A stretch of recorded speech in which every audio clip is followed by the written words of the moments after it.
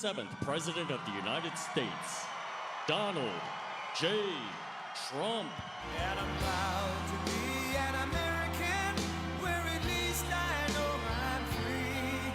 And I won't forget the men who died, who gave that right to me. And I gladly stand up next to you and defend her still today. 'Cause there ain't no doubt I love this land. God bless the USA.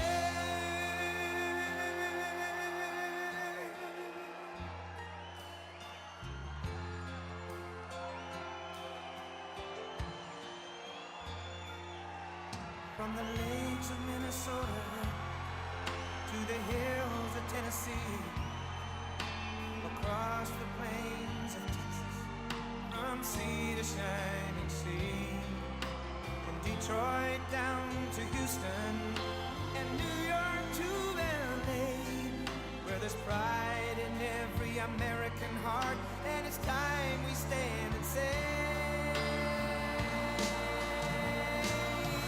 that I'm proud to be an American, where at least I know I'm free. And I won't forget the men who died, who gave that right to me. And I gladly stand up next to you and defend her still today. 'Cause there ain't no doubt I love this land.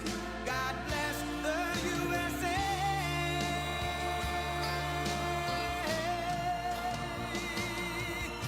And I'm proud to be an American, where at least I know I'm free. And I won't forget the men who died, who gave that right to me. And I gladly stand up next to you and defend her still today. 'Cause there ain't no doubt I love this land. God bless the USA.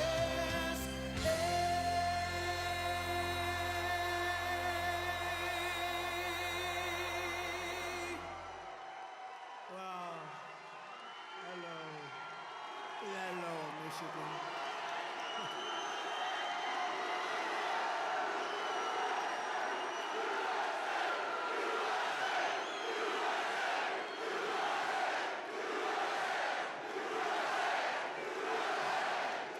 Thank you very much. Hello, Michigan. Hello. We love you, Michigan. We love you. We just had the biggest victory in Michigan. They said, sir, it's going to be hard. Well, we won it twice.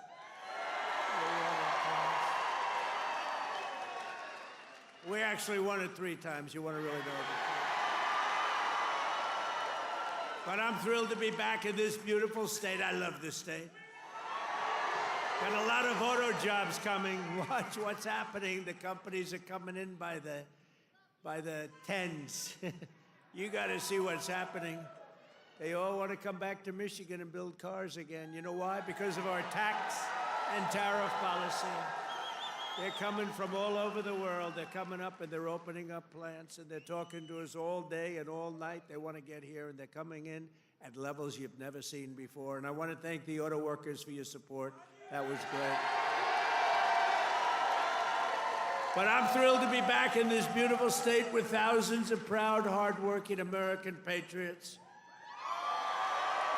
And we're here tonight in the heartland of our nation to celebrate the most successful first 100 days of any administration in the history of our country, and that's according to many, many people.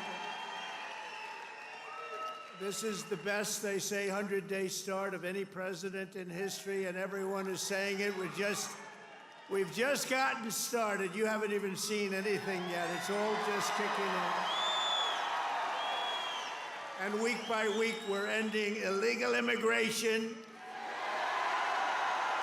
We're taking back our jobs and protecting our great American auto workers and all of our workers, frankly. We're protecting all of our workers.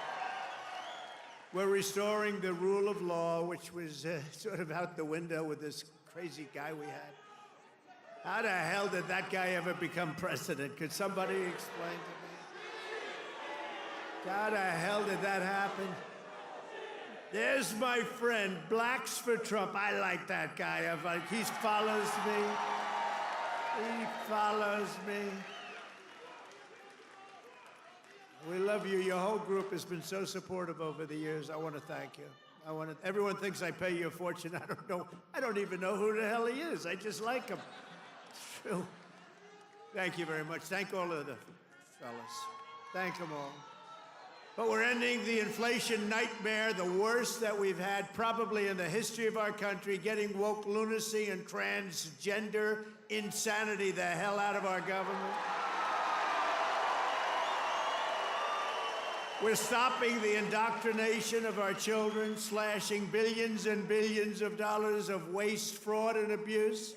And above all, we're saving the American dream. We're making America great again, and it's happening fast, too. What the world has witnessed in the past 14 weeks is a revolution of common sense. That's all it is, really. We're conservative. You're conservative, you're liberal, whatever the hell. You know what it's all about? It's about common sense when you think about it. We're for common sense. We like strong borders. We like good education. We like low interest rates. We like being able to buy a beautiful car. And now deduct the interest on the loan. That's never happened before. We want a strong military. We want low taxes. You know, the Democrats, they campaign on, we will raise your taxes. It's the first time. You know, I haven't been doing this that long, actually, compared to a lot of people. They've been doing it for a long time. They say, you became president. I can't get out of Congress, or some of them can't even get into Congress. But, you know, I haven't been doing it that long, but all my life I've been watching, and I've never heard people campaigning that they're going to raise taxes. It's always been, we will reduce your taxes, Democrat, Republican. Now they go, we're going to raise your taxes. If our bill doesn't pass, the Republicans, we have 100% just about Republican support, but it would be nice if we had just a couple of Democrats just to make sure, because, you know, every once in a while you have a grandstander Republican. We have some grandstanders, but every once in a while, not many, but remember who those grandstanders were and vote them the hell out of office, okay? Will you do that? Vote them out of office. You know, they do it they're morally bound. You know what the answer is? If you don't get it, you're going to have the highest tax increase in history instead of the greatest tax cut in history. If the Democrats prevail on this bill, you get a 58% tax increase. Would you like that? These are the Democrats. But I've never seen all the years they campaign, we will raise your taxes. I say, this country has gone crazy. And today they did it again. Some guy that I'd never heard of. John James, is he a congressman, this guy? He said, ladies and gentlemen, I am going to start the impeachment of Donald Trump. What the hell did I do? Here we go again. They want to impeach me. This lunatic, he was up. Actually, I had the television way down, and I said to our great First Lady, listen, did I just hear I was being impeached again? We're getting good at this, though. No, they've gone totally crazy. These people, and you know what? They've totally lost their confidence, too. They can't even tell a lunatic like this dumb guy that said it. And then you have the other one that's always with the cane. He's always impeaching. He raises his cane. He always impeaches. But they have no control over those people. They have no control, and the reason is they've lost their confidence. They have no confidence anymore as a party. They have no candidates. And you know, when they say that Bernie's probably the best they have. By the way, he's about 7 years older than me, more, 8 years older. One thing I gotta give him credit, he's a lunatic, but he's still pretty sharp. And he's going around with AOC +3, you know, the +3 follow him. They hang on for little bits. They hang on for nuggets. And they get crowds. They say, our crowds are so much bigger than their crowds. Their crowds are small. If I ever had a crowd like their biggest crowd, they'd say it's over for Trump. He's lost the magic. But this is great, and all the people outside, we love you. We put screens up. We're taking back our country from a sick political class that got rich selling America out and bleeding America dry. We don't let that happen anymore. And we had 4 great years. We had the greatest economy in the history of our country. The stock market went up 88%. We did great. And we're going to do better now, because now we learned a little bit. After years of leaders who sent your money to defend the borders of distant foreign nations, that's what we did. We'd fight for other nations, but not for ourselves. You finally have a president who is defending our borders and our nation.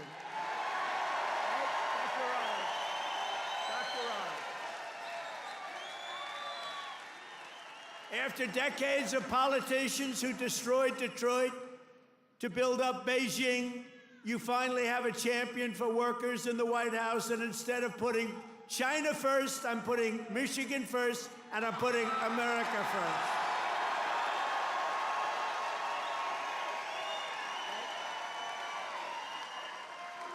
After a lifetime of unelected bureaucrats stealing your paychecks, attacking your values, and trampling your freedoms, we are stopping their gravy train, ending their power trip, and telling thousands of corrupt, incompetent, and unnecessary deep state bureaucrats, you're fired. Get the hell out of here. You're fired.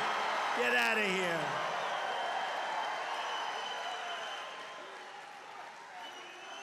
In 100 days, we have delivered the most profound change in Washington in nearly 100 years. I read an editorial today that this is the most consequential presidency in history. How about that? And it wasn't even by a group that would normally be supporting us. It was a group of people that I think they tend to be on the liberal side, but they said it's the most important election. The November 5th, it changed it all. You have to see, well, you hear some of these numbers, but that is the most consequential election that we've ever had in our country. And what a nice thing. I'm going to start again subscribing to that particular paper. Even if I don't read it much, I'm going to subscribe. But it was a very nice compliment, especially from them. They know who I'm talking about. We're ushering out the long reign of special interests and the radical left lunatics, and we're ushering in the golden age of America. That's what we have.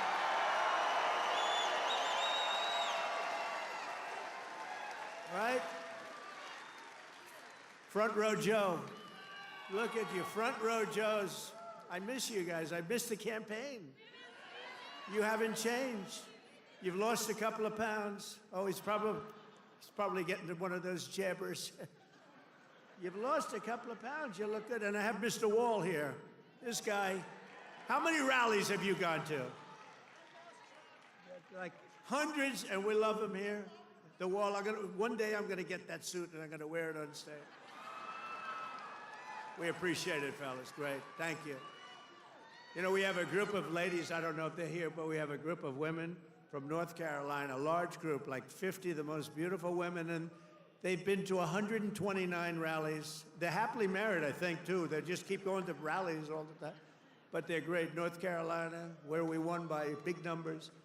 Nowhere has this transformation been more dramatic than our southern border. You have seen a change on your southern border that Sleepy Joe said couldn't happen.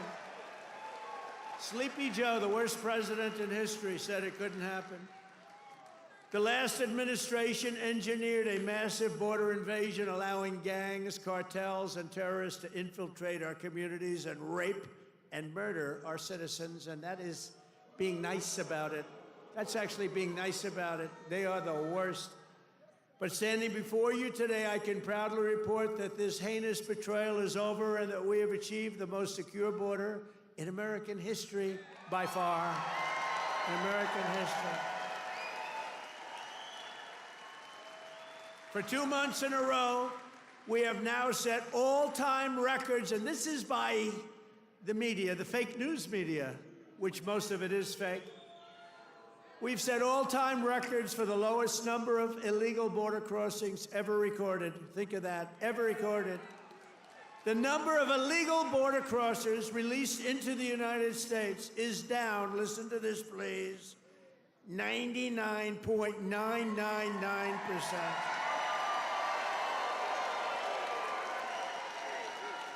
Think of that, 99.999. 3 people got in. 3. And I got angry as hell at Tom Homan. How did you allow 3, Tom? I called up Christy. Christy Noem's doing a great job, Tom Homan. I said, how did you allow 3 people? No, they allowed a few in for medical reasons. They honestly, they had a couple of, were very sick. The ones that got in were really very sick, and we had to take care of them, but it was a few people. But 3 people got in versus hundreds of thousands in the last administration. Hundreds of thousands a month were pouring in. Biden had no control. Thank goodness he appointed a great border czar, right? Kamala. She was a great candidate. She was fantastic.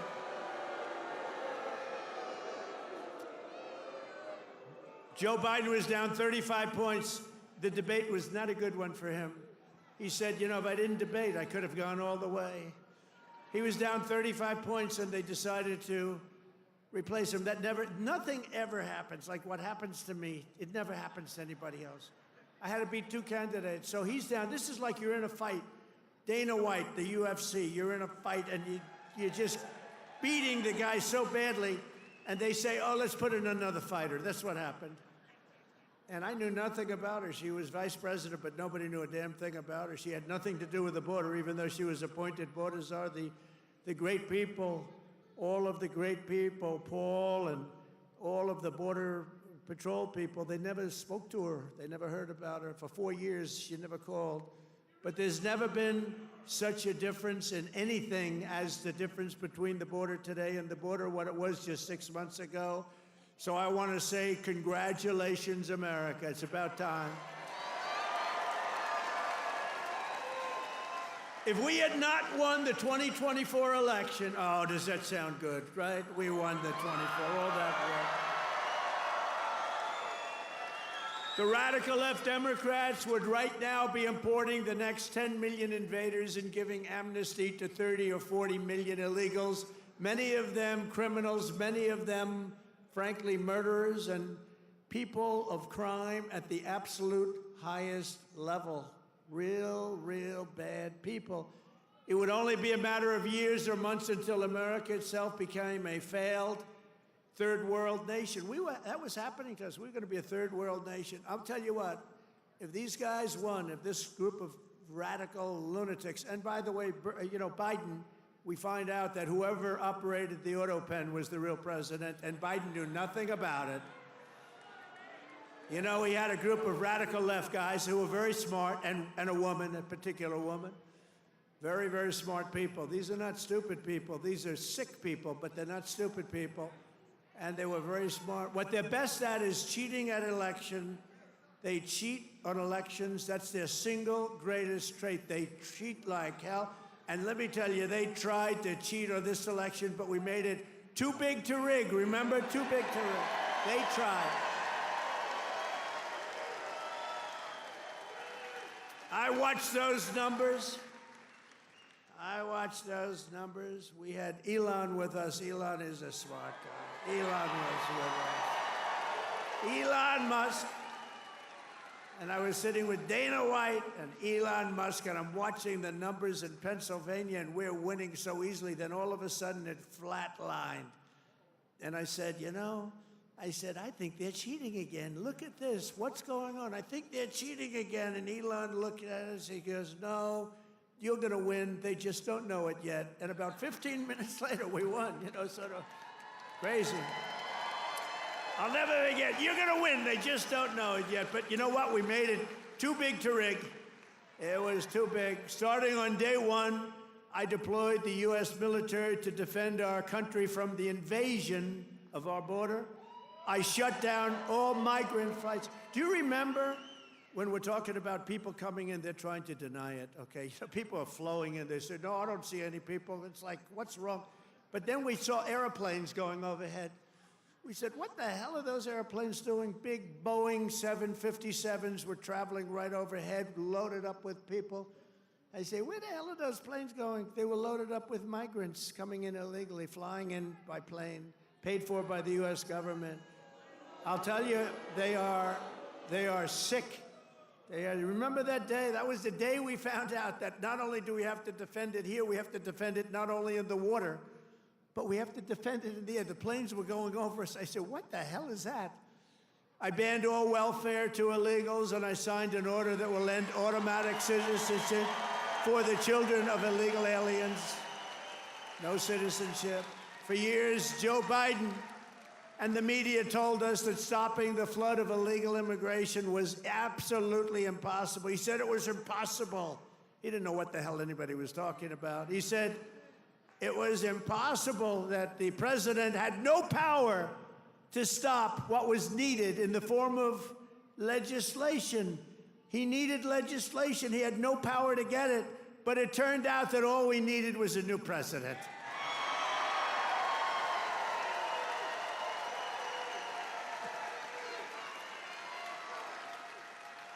Within days of taking office, I signed the Laken Riley Act. Laken Riley, beautiful Laken Riley, who was killed by an illegal immigrant, viciously, violently killed.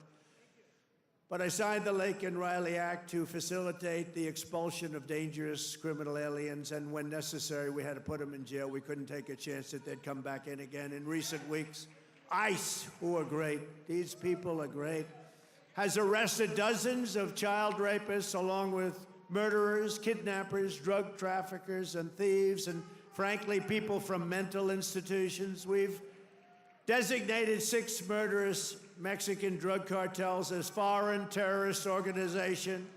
We have also designated 2 bloodthirsty transnational gangs, MS-13 and Trendiaragua, TDA. They've been designated the highest level of terrorists, and that lets us do a lot of things that you wouldn't be able to do. We got to get them out of here before they kill more people. They've killed plenty. My administration has increased arrests of known and suspected terrorists by 655%. Is that okay? We tried to get it higher. We tried to get it higher, but the courts are giving us a hard time. Can you believe? You know, I won on the basis of, I think the number one thing was on illegal immigration, the border, the people pouring across our border that are from all over the world. They're unbelievably bad. In many cases, unbelievably bad people. I think that was the number one thing. And now the courts are trying to say that, you know, that doesn't matter. I don't think it's going to be allowed to stand. Democrats have vowed mass invasion and mass migration. We are delivering mass deportation, and it's happening very fast.